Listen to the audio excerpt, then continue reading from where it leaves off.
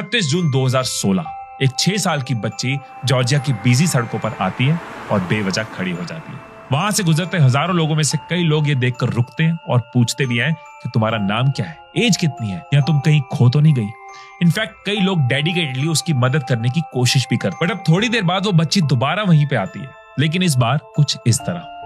And as expected कई देर खड़े रहने के बाद भी एक इंसान भी उसे रुककर पूछता नहीं है। लेकिन ये अभी सिर्फ शुरुआत थी, क्योंकि यूनिसेफ की टीम जो ये सोशल एक्सपेरिमेंट कंडक्ट कर रही थी, उसने जब ये सेम एक्सपेरिमेंट रेस्टोरेंट में रिपीट किया तो उनको इस एक्सपेरिमेंट को बीच में ही बंद करना पड़ा। अनानो यानी कि एक चाइल्ड एक्टर पहले तो अच्छे कपड़ों में वहां जाती है और रैंडम लोगों के टेबल पर बैठ जाती है। बेशक लोग उससे बात करते हैं, सवाल पूछते हैं, यहाँ तक कि खाने को भी पूछते हैं। और अब जब गेटअप बदला जाता है तब लोगों के रिएक्शन कुछ ऐसे होते हैं। कोई उसे देख के नजरें घुमा रहा है, कोई अपना बैग हटा रहा है, कोई उसे अपने पास से भगा रहा है। इवन एक ने तो वेटर को कहकर उसे बाहर निकालने के लिए बोल दिया। वो बच्ची उन लोगों के बिहेवियर से इतना हर्ट होती है कि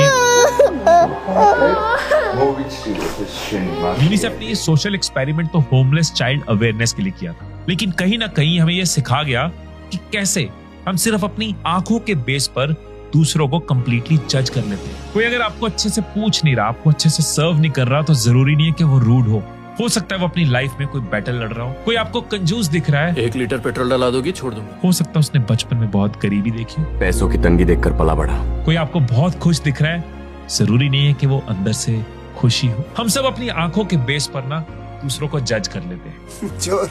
चोर नहीं हूं मैं। लेकिन कई बार सच देखने से ज्यादा किसी को समझने से समझ आता है।